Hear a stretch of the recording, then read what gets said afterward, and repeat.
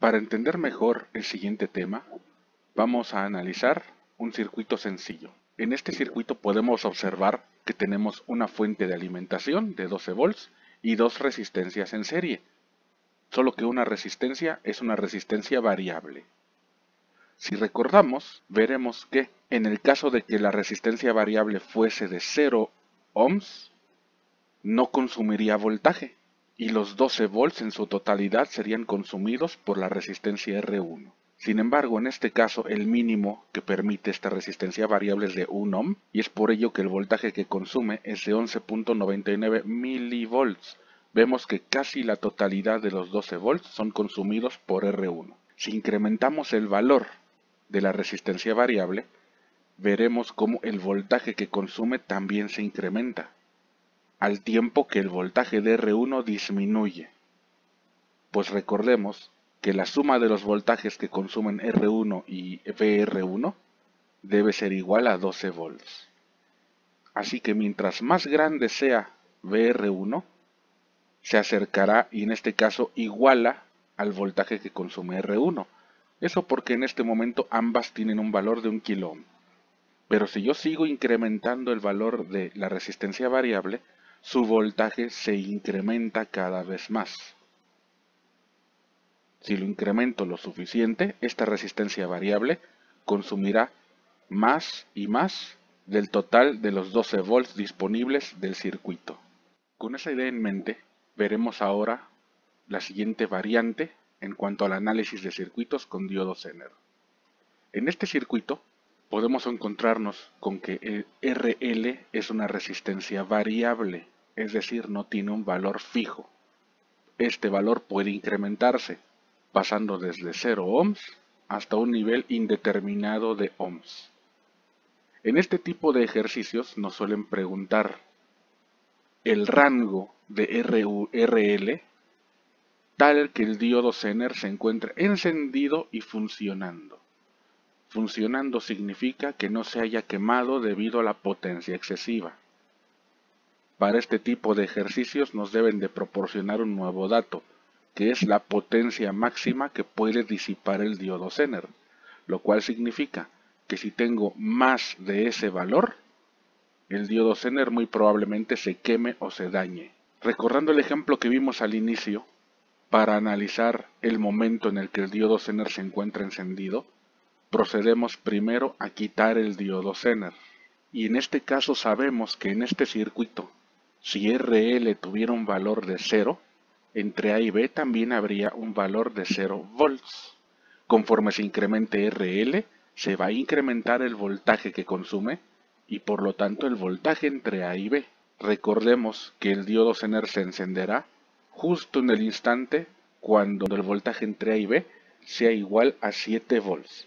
En la teoría, si el voltaje entre A y B fuera de 6.9999, seguiría sin activarse.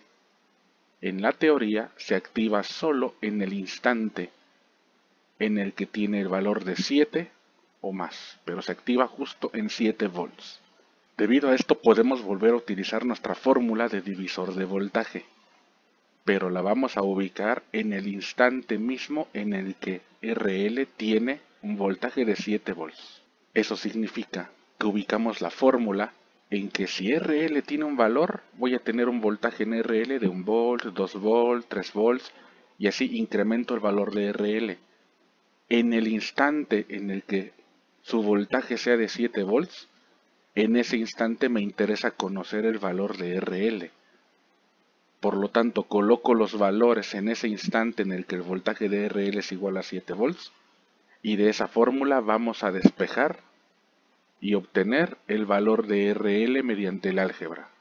Al despejar obtenemos el valor de RL, que en este caso es de 1.4 kilo ohms. Es decir, que si RL vale 1.39999, no tendrá el voltaje suficiente entre A y B, es decir, 7 volts, por lo tanto el diodo Zener estará apagado. Solo en ese instante tenemos el valor de 7 volts. A partir de ese valor de RL, y al incrementarlo, el diodo Zener se encontrará encendido y funcionando. Pero sabemos que hay un límite. Para obtener el valor máximo que puede tener RL sin dañar el diodo Zener, utilizamos o partimos del valor de la potencia máxima de disipación del Zener. Al partir de esta fórmula, sabemos que la potencia Z máxima es de 15 miliwatts.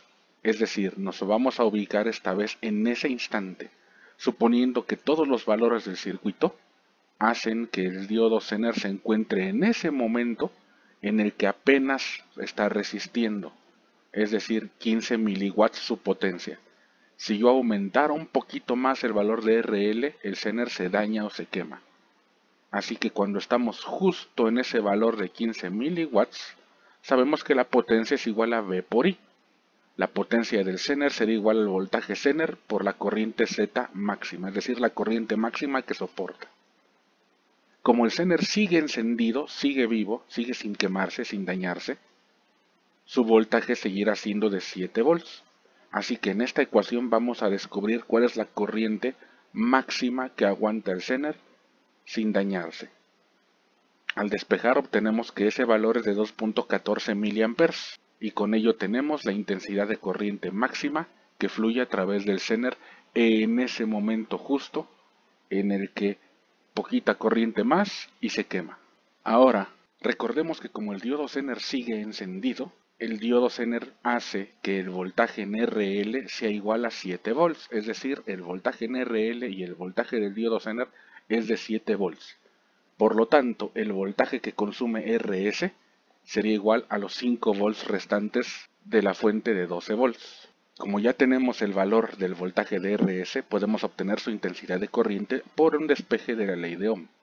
Así que la intensidad de corriente que fluye a través de RS es igual al voltaje de RS sobre RS, es decir, 5 volts sobre 1 kilo ohm serán 5 miliamperes.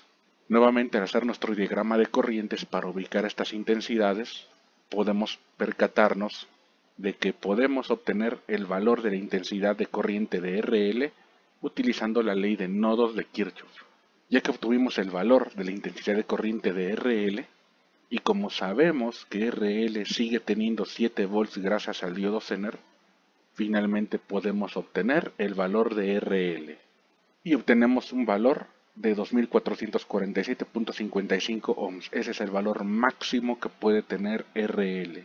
Si subimos un poquito más su valor, esto provocará que a través del diodo Zener pase más corriente, consuma más potencia y se dañe. Y entonces nuestra respuesta final para el rango de RL será que RL tiene que ser mayor o igual que 1.4 kilo pero al mismo tiempo menor o igual que 2447.55 ohms. Y con ello terminamos este tipo de ejercicios.